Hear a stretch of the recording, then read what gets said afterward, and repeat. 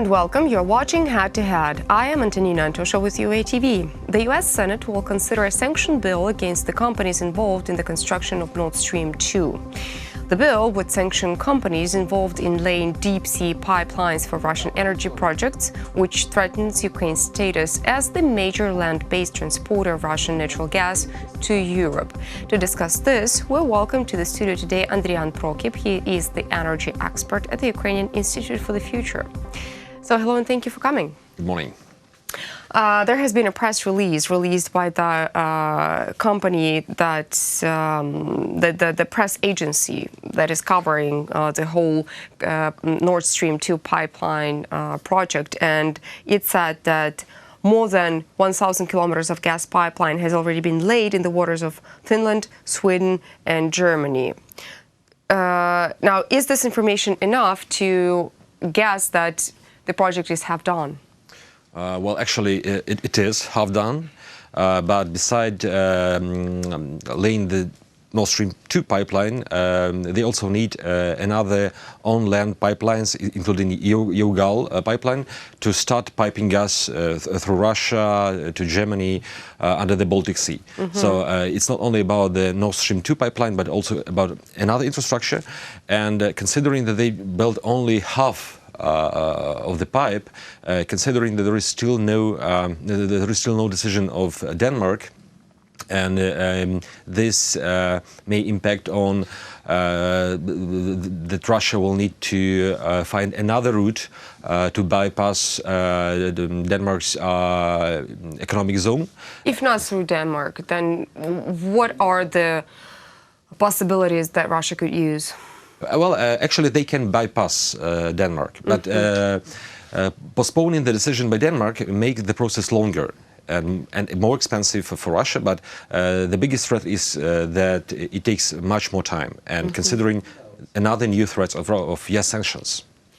Speaking of the US sanctions, two senators from the US has complied and proposed a bill to the Senate considering additional sanctions against Russia. And those additional sanctions would include targeting vessels that lay the pipeline and would deny visas to executives from companies that are linked to those vessels. Also, the new sanction list will block transactions in US-based property or interests belonging to those individuals and would penalize entities that provide insurance to the project. Now, these are really serious measures.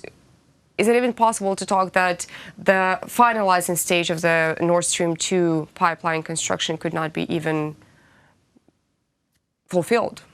Yes, actually, these sanctions are the biggest threat for Russia and for Nord Stream 2 pipeline project, because Russia cannot conduct the project by itself. They need all these vessels. It seems to me that about 11 vessels are involved in building the pipeline, and all these ships are owned by mostly European companies, and these companies don't want to be under sanctions because they also are involved in many other projects, including gas extraction. So that is the biggest threat, and Russia will not be able to finish laying the pipeline just by itself.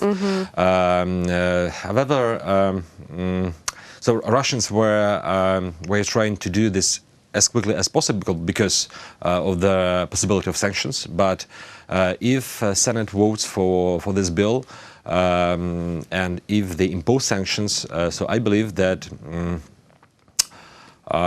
this can stop the project. However, I haven't read the bill yet because it's still not published on the website. I can't exclude that this may be a part of diplomacy between Russia, US, and the European Union, and this could be as a way to make pressure on Russia. Well, another peculiarity about the bill, or the rough draft of the bill, is that Naftogaz company, Ukrainian state Naftogaz company, was taking part in combining it, in compiling it and putting it all together. And this is what Andriy Kobylev, the CEO of Naftogaz, said about the bill, and I quote here: "We're grateful to the authors of the bill and our American partners for their consistent support of Ukraine and their attention to the European energy security." This itself is already a lot. Yep. In your opinion, in future, what else could be done by the United States of America to support Ukraine in this particular situation? Naftah's team did a lot in persuading US to sanction, but another thing what they can also do is negotiation with other European states to make gas flows from European Union to Ukraine much easier.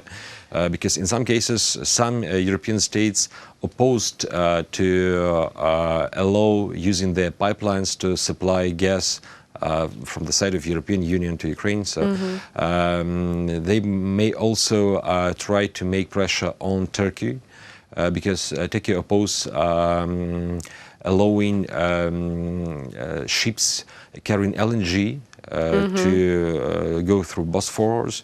And this actually made impossible building LNG terminal in Ukraine. So in the case if US negotiate in some way with Turkey, with the European states, this may help to develop Ukrainian gas infrastructure, and this may help to make gas flows to Ukraine easier, what means actually energy security. And also, I believe that US may be involved or may support gas extraction inside the Ukraine to turn the country self-sufficient and more independent from foreign supplies. On March 14th, just 2 days ago, Russia's President Vladimir Putin approved a new energy security doctrine. And it includes strengthening cooperation with foreign partners, defending Russian energy companies' legal rights abroad and access to international markets, and further developing Russia's import replacement program. And basically, it reflects changes in the Russian government's energy priorities in the wake of the introduction of the Western sanctions against Russia since 2014 and successful cooperation on managing oil market volatility with OPEC in 2017. How could you comment the Vladimir Putin step? Well, I don't think that doctrines or any documents in Russia are the only thing that define policy, because... Is it just a muscle playing? I believe that the Kremlin and Kremlin's words are much more powerful regarding Russian policy rather than just documents. So I don't believe that the doctrine is the only document that defines Russia's energy policy. So everything can be changed like in a couple of days under the changes of environment in general, I think. So I wouldn't consider the doctrine like as the only framework defining Russia's foreign energy policy. Well, the European Commission will no longer be able to hold or withstand the construction of the Nord Stream 2 pipeline, and these are the words of German Chancellor Angela Merkel. Here's what she said. The project has been almost fully approved, and she acknowledged that the new gas directive contained the possibility of protesting the implementation of the Nord Stream 2 project. But the rule will not be able to stop the construction or postpone it. Now, Germany has never been on the Ukrainian side in this situation. Does this mean... But yet again, Germany is not the only member of the European Commission. Is Germany, being on the Russian side, ready to go into the, I would say, argument with other members of the European Council on this matter? Well, actually, they are in the argument with other members. Germany is the most powerful member of the European Union, granting the biggest amounts of money to the budget of the European Union. But we see that the amendment of gas directive was a kind of negotiation between Germany and the European Commission, because now Germany will be responsible for implementing the third energy package towards the Nord Stream 2 pipeline. However, it's still the future of the pipeline is still not clear because of the United States and possible sanctions, and as well as future of relations between Germany and US. And we already had statements from the German side that Germany is not is not a part of the United States. I believe that we can expect a serious clash between Germany and US. And what about the relations between Germany and Ukraine? Because once again, Angela Merkel said that she's going to discuss the issue of the Nord Stream 2 pipeline construction with the newly elected President of Ukraine, Volodymyr Zelensky, once he is inaugurated. What result could we expect out of that discussion? Well, I don't think that Ukraine's position changed seriously with changing the president. So I believe that the policy that we had during the current president, the policy actually developed by current team of Naftogaz, that it will be continued with the next president. So I don't think that we will face any serious change towards Ukrainian transit and towards Nord Stream 2. So I believe that the new president will insist on necessity to save Ukrainian transit. Actually, and Angela Merkel said that they support Ukrainian transit in the future. However, it's not clear about the position of the president towards the Nord Stream 2.